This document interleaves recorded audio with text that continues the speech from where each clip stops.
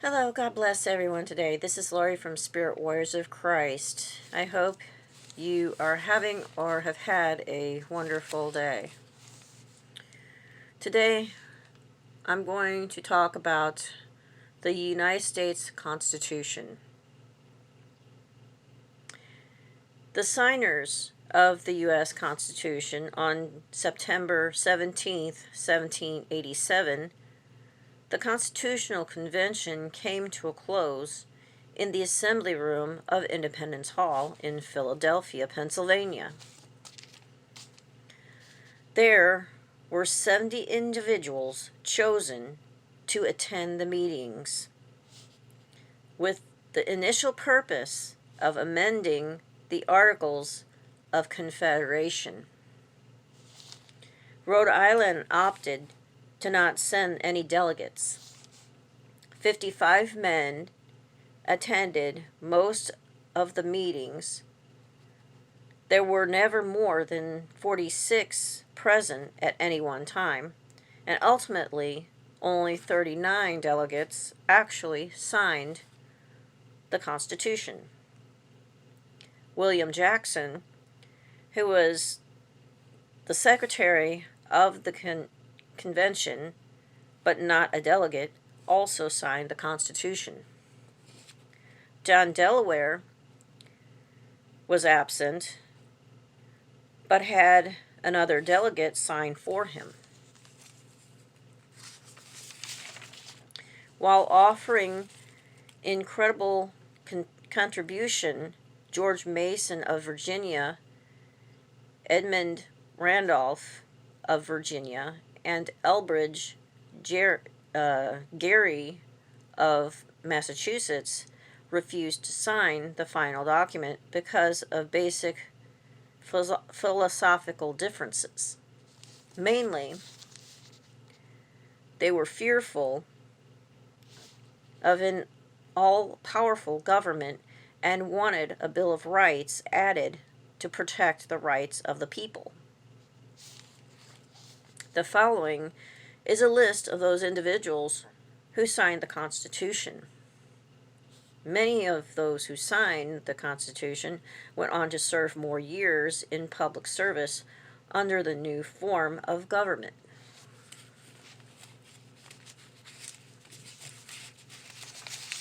And this is the list of signers of the U.S. Constitution. William S. Johnson, 1727 to 1819. Roger Sherman, 1745 to 1815. Richard Bassett, 1723 to 1793. Gunning Bedford, Jr., 1747 to 1812. Jacob Broom, 1752 to 1810. John Dickinson, 1732 to 1808. George Read, 1733 to 1798. Abraham Baldwin, 1754 to 1807. William Few, 1748 to 1828. Daniel Carroll, 1730 to 1796. Daniel Jennifer of St. Thomas, 1723 to 1790. James McHenry, 1753 to 1816. Nathaniel Gorham, 1738 to 1738. Rufus King, 1755 to 1827. Nicholas Gilman, 1755 to 1814. John Langdon, 1745 to 1790. Oh, I'm sorry, 1741 to 1819. David Beerley, 1745 to 1790. Jonathan Dayton, 1760 to 1824. William Livingston, 1723 to 1790. William Patterson, 1745 to 1806. Alexander Hamilton, 1755 to 1804.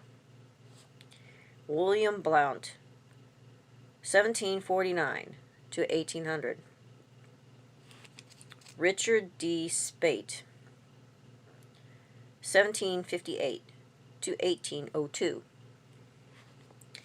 Hugh Williamson, 1735 to 1819. And the list goes on.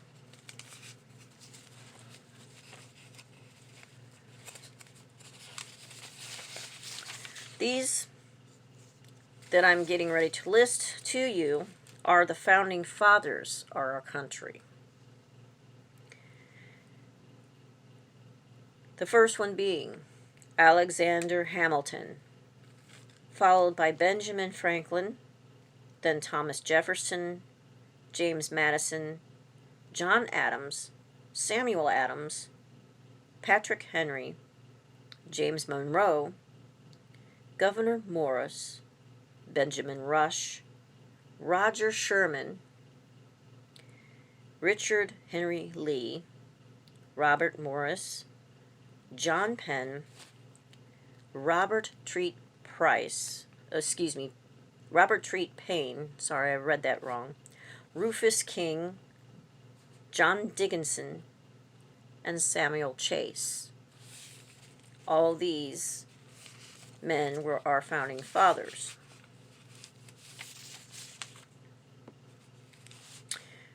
The Constitution reads this way: We, the people of the United States of America, in order to form a more perfect union, establish justice, ensure domestic tranquility, provide for the common defense, promote the general welfare, and secure the blessings of liberty,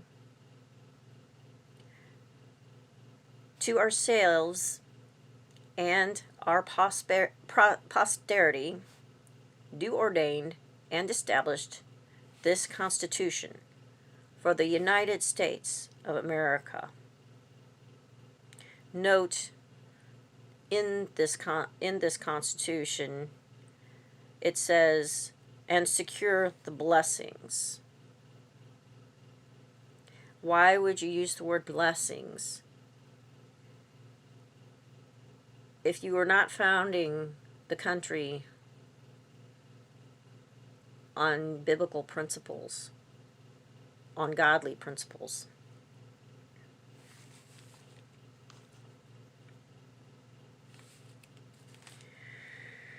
The people making up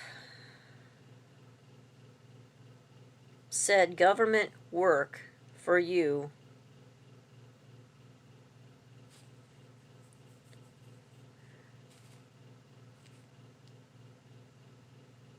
Do you understand that? The people making up said government work for you as taxpayers who pay their salary. So logically, we as payees to said government should be able to hold that government liable if these things are not upheld and laws are broken. So what does the Word of God say? We the people, Exodus 24:3. And Moses came and told the people all the words of the Lord and all the judgments. And all the people answered with one voice and said,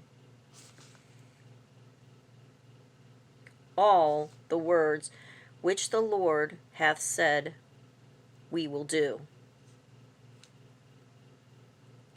Civilizations come and go, and governments rise and fall.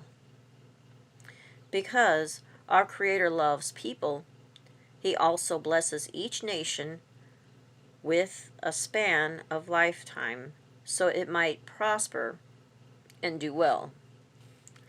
But this blessing ends when a nation becomes degenerate, rebellious, and unfit for self-rule. When God determines that extended mercy for a nation has no redeeming effect, He marginalizes or destroys that nation. Isaiah 40:17 and 18 in the King James Version. All nations before him are as nothing and vanity. To whom then will ye liken God? Or what likeness will ye compare unto him?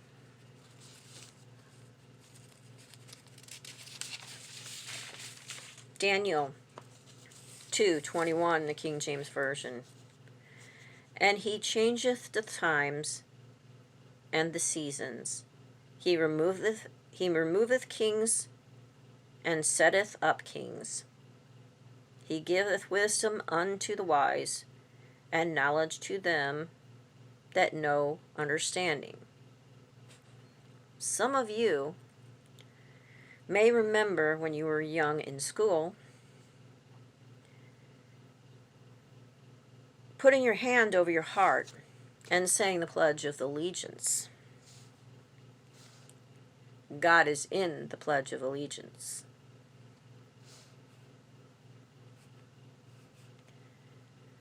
And it goes like this. I pledge allegiance to the flag of the United States of America and to the republic for which it stands, one nation under God, indivisible, with liberty and justice for all. I put emphasis on one nation under God.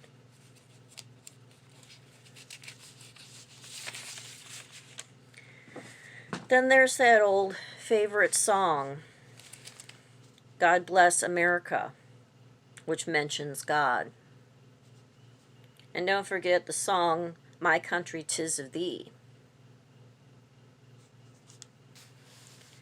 There are those who do not believe that this country, the United States of America, has been founded on biblical principles, or those who are spreading lies in order to erase history of our biblical beginnings.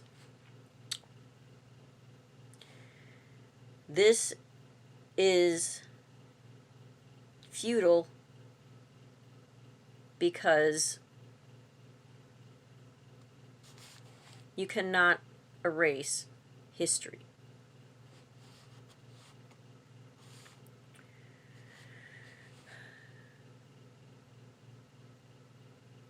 There is always physical evidence to back up a claim that has actually happened. This just scratches the surface of the obvious. America freed slaves under Abraham Lincoln. With the signing of the Proclamation of Emancipation on January 1st, 1863. In the attempt to stitch together a nation mired in a bloody civil war, Abraham Lincoln made a last-ditch but carefully calculated decision. regarding the institution of slavery in America. By the end of 1862, things were not looking good for the Union. The Emancipation Proclamation became officially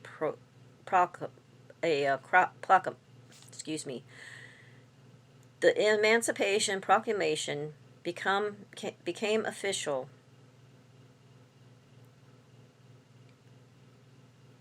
in 95 and was a presidential proclamation and executive order issued by the United States President Abraham Lincoln on January 1st, 1863, during the Civil War. Hundreds of thousands of Africans, both free and enslaved, aided in the in the establishment of survival of colonies in the Americas and the New World. However, many consider a significant starting point to slavery in America to be in 1619, when privateer the White Lion brought 20 enslaved Africans ashore in the British colony of Jamestown, Virginia. The crew had seized the Africans from the Portuguese slave ship São João Baptista. And let's keep in mind that even in Bible times, there were slaves in bondage and servitude. The entire Bible speaks of it as the Jews were constantly persecuted. Case in point, Deuteronomy 28:68. And the Lord shall bring thee into Egypt again with ships by the way whereof I spake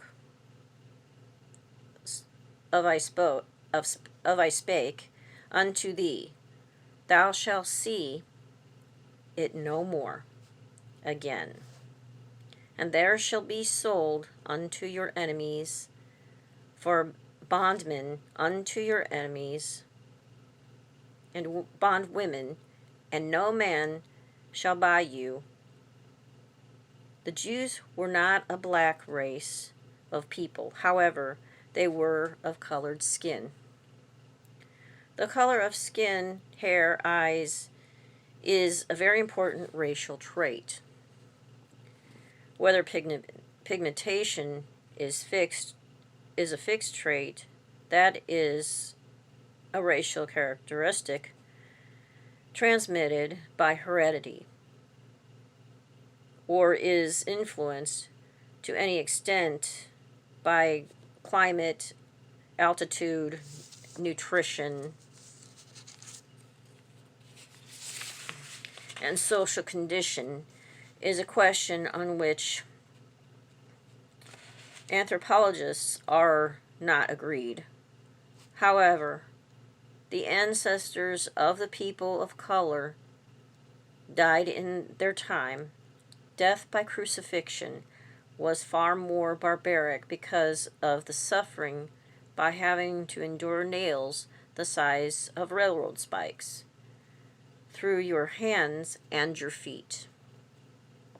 If you sustained other injuries, as Jesus did, from persecution, beatings, floggings, etc., your death is not only slow, but agonizing.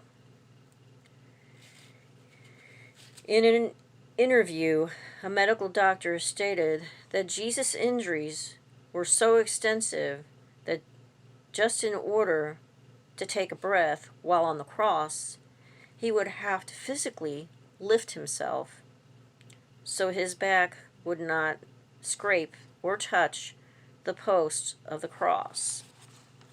You see, he was flogged with a whip that had nails in it, which tore away his skin, flesh, and exposing muscle, maybe even bone. What Jesus suffered was horrendous.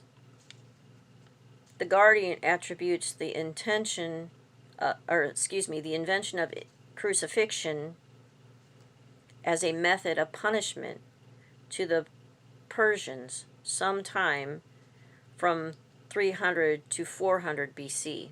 However, the history and pathology of crucifixion states that the Assyrians and Babylonians were the first ones to employ this torturous technique, with the Persians embracing it in 6 BC. So, with all that said, America, founded on slavery, that's ludicrous. September 9th, 1776, the Continental Congress formally declares the name of the new nation, the United States of America. This replaced the term United Colonies, which had been in general use. Was America founded on slavery? No. Slavery was in existence long before. However,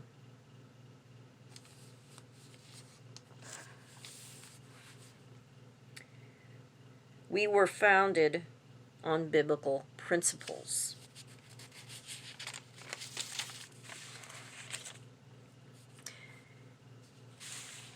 And I would like to add also that it was Betsy Ross that made the first American flag, and you can look this up. In fact, when she made the American flag, there was only 13 states in America.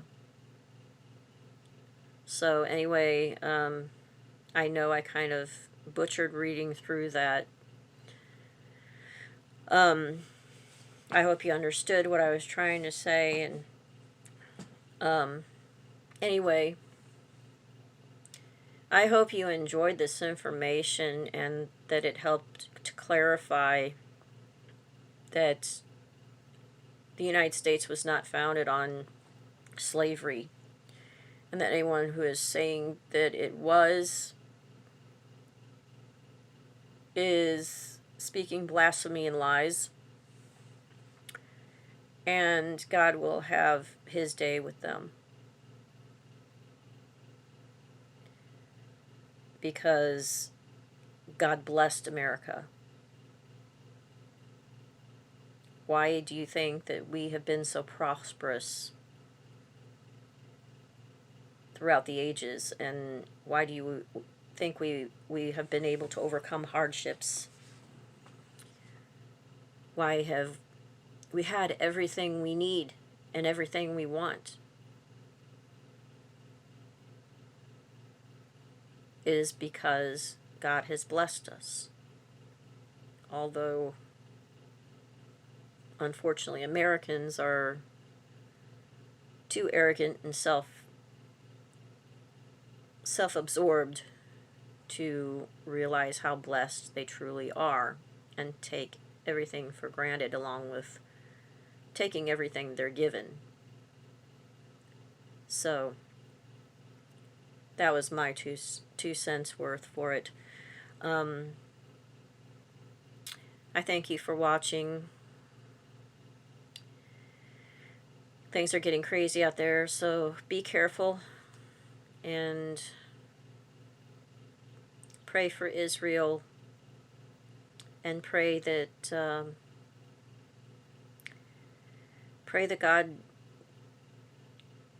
God is in the midst of everything, and that violence doesn't ensue after Roe versus Wade being overturned. because a lot of people will become injured or even killed. And that's sad. So, God bless you. I will talk to you again soon.